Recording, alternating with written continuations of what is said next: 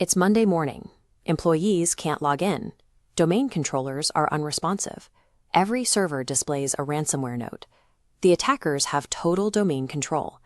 Active Directory manages the identities, permissions, and computers for over 90% of large enterprises. Because it acts as the central nervous system for the network, any failure in its security results in the total systemic collapse we see here. When incident response teams arrive, executives usually assume the breach required highly sophisticated, zero-day malware. The reality is much simpler. Attackers exploit the mathematically intended design of Active Directory's legacy authentication protocols, specifically NTLM and Kerberos. They use the system exactly as it was built to be used.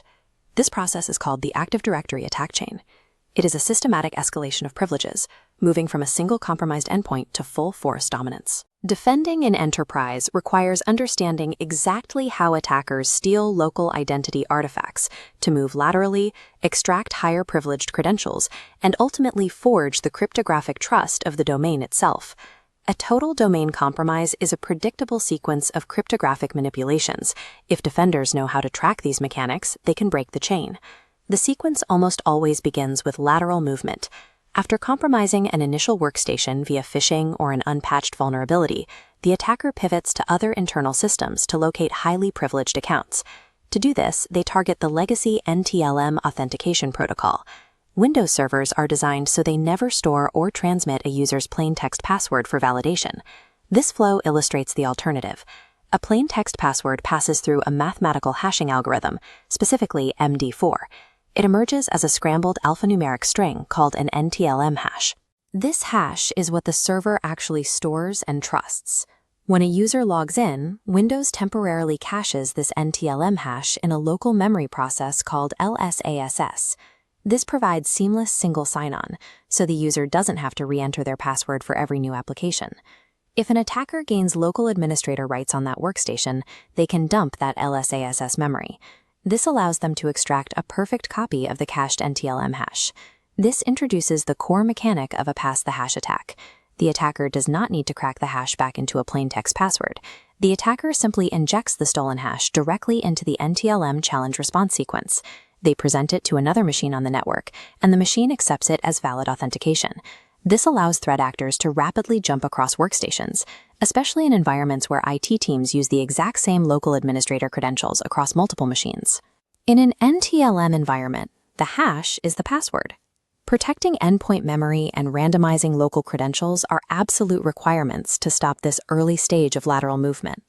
Eventually, attackers hit systems enforcing Kerberos, the default and highly secure authentication protocol used by modern Active Directory environments. Looking at this triangular diagram, we see the baseline Kerberos architecture: the client, the key distribution center, which is the domain controller, and a target service, like a file share or a SQL database. Under Kerberos, a client cannot simply send a password to access a database. It must request a ticket-granting service ticket, or TGS, from the key distribution center. The domain controller needs to know exactly which service the client wants. The client provides a service principal name, or SPN, which acts as a unique routing identifier for the target. Here is the crucial cryptographic mechanic. Before sending the TGS back to the client, the domain controller encrypts a portion of it using the NTLM hash belonging to the specific service account that runs the target database. The client receives this encrypted ticket and presents it to the target service. The service uses its own hash to decrypt the ticket and grant access. This architecture keeps passwords off the network entirely. However, its security relies entirely on a single mathematical assumption that the service account's hash cannot be cracked. That single assumption creates an inherent architectural vulnerability. By design, any authenticated user in the domain can legitimately request a TGS ticket for any registered service. An attacker leverages this by querying the domain controller for SPNs associated with high-value service accounts, mapping out the most privileged targets in the network. This leads to a technique called Kerberosting. The attacker requests a TGS for the target database, but instead of presenting it to the database for access, they pull the encrypted ticket down into their own offline storage environment. Safe from network security monitors, the attacker subjects this encrypted ticket to offline brute force or dictionary attacks, slamming it with millions of password guesses until the cryptography shatters. Service accounts are ideal targets for this extraction. These accounts often hold deep administrative privileges, and because they are used by automated processes, human administrators rarely rotate their passwords. Because the cracking happens offline on the attacker's own hardware, the targeted server and the domain controller register 0 failed login events. Kerber roasting turns Active Directory's built-in service discovery mechanism into a silent privilege escalation tool. Any organization using weak, static passwords on service accounts is highly vulnerable to this extraction.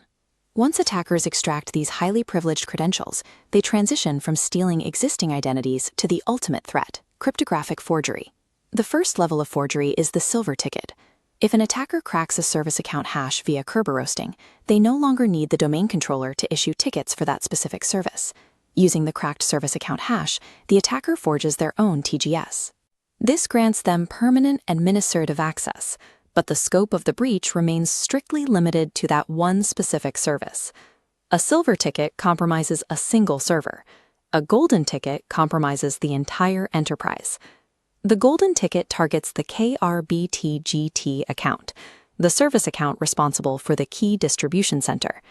This account's NTLM hash provides the cryptographic signature for every ticket-granting ticket issued within the domain.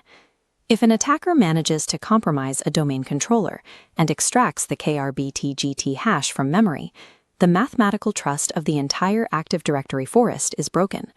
Controlling the KRBTGT hash, the attacker bypasses the domain controller's validation process and signs their own tickets for any user, assigning themselves permanent domain admin privileges. Because the forgery is cryptographically indistinguishable from legitimate domain activity, standard security tools often ignore the traffic.